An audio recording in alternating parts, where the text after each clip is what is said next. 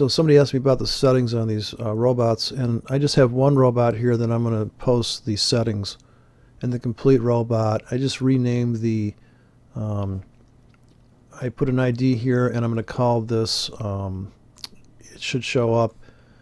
You can call it whatever you want in here. And inside these quotations, you can describe this in any manner you want. I'm just going to call it 5, 10, 20 because it has a 10 pip stop initially.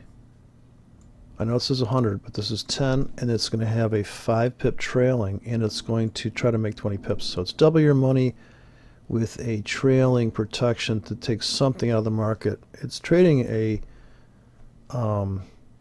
here it's trading 10K, even though there's no zero there. So you can put the zero in there if you want, I suppose.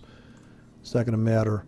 It's not going to create any of these warnings. I don't know if you really care about this. You're going to delete every time you see the comment. But I ran this today with real money and fake money, and it traded just wonderfully. Now the thing is, you cannot. I'm back testing this stuff. I just wanted to see what I wrote today, and I wrote it based on what the market was doing.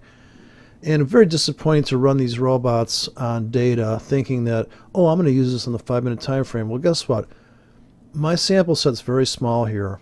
I'm going to show you the results.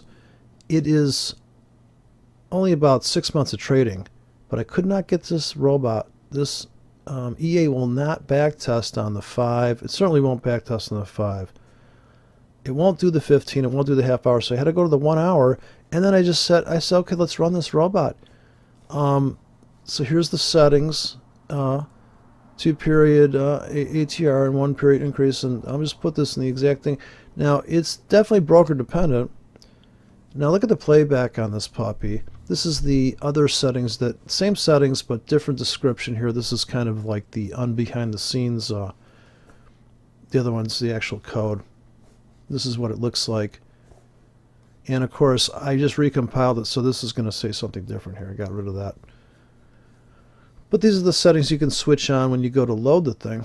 And now take a look at this results. Now, I could watch it. This traded from 2015, April.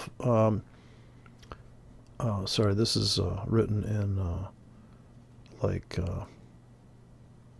14th of April, 2015. And this all the way to October. So not a long time span, but a lot of trading here. This thing took 1,300 trades. Now, definitely here it pulls back. Hopefully at this point you got the other robots taking up the slack for that pullback. This is not bad. I can't say that this day you're happy, any of that, but it's a nice smooth equity curve. It just churned it out. I just did it like skip to the end now. It's not saying that it performs like that all the time. So if I pick a different data set and go back further, say I go back here and I say, okay, let's pick here Monday and go for, it's trading for 22 hours a day. It's always sniffing for trades. It only runs on the 1 hour and playback though. Even though I was trading today on the half hour, the 15, the 5, the 1 minute chart. It will trade on the 1 minute chart. You cannot back test the 1 minute chart. But this way you need to open a demo and figure out, you get to run it and then tune it up to the currency pair. Of course, this is trading the Australian dollar, and it only lets me apparently trade the Australian dollar, which is I'm running on my charts right now. And I think actually the symbols here are chosen from what's on I just realized that the market, if you don't have those symbols turned on in the market thing. But this is trading the Australian dollar with a fairly tight spread. I'm telling it to give me a 10 pip spread. Now, if your broker does have a 10 pip spread on the Australian dollar, I fixed the spread here. Now, if I put this into current, it's going to be too wide. So I'm picking this as an ideal spread. So if I go, and I'm going to go back to the 14th and take in a larger scope and see how this thing does. I can turn off the visual mode so we can just go through. You can also watch it trade if you want. See the kind of trades it's taking. I do a smaller sample set to see how it trades because you don't want to sit there and I wouldn't optimize it at all. I would just go with, now it's got to pick up this data from all these different time frames here, unless it's no, it's not trading yet. Hopefully it's gathering the supposed to say collecting data. But yeah, that's it's a classic. I only the 1 hour can I test this though. Gosh, I don't know if it's crashing or, oh Christ, is it optimizing or something? I don't, oh Jesus, I don't want to optimize it. I just want to run it. Okay. Yikes, that we could have been there all day. Okay, so now this is going back another we're starting at the almost a year back now. But this is the 1 hour, certainly ideal conditions. No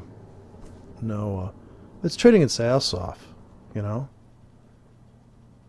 Just that one robot. Now imagine you've got an army of these puppies, and some are making money on this currency. It's not too bad. It's going long and short, and we've seen steeper moves. It's not like that one that I had that was literally a complete flat line up, but it's doing pretty good. Very tight ATR though. Pure breakout system, really. Non-directional, mind you. It doesn't fucking care. So that setting works like that. If you get a different result, I'd be curious, test this out, see what you get. I'm going to post this the way it is now. It's inside the platform that I posted just as it is. I just renamed it. So what I loaded up to that hightail is the one that says 5. Jesus. Is the storm coming or are they shooting again? Okay. Yeah, here's the name of the EA I'm running. I'm just calling ATR bot 5, 10, 20, and those settings are the delta. I'm sorry, the ATR increase, whatever that is, delta, and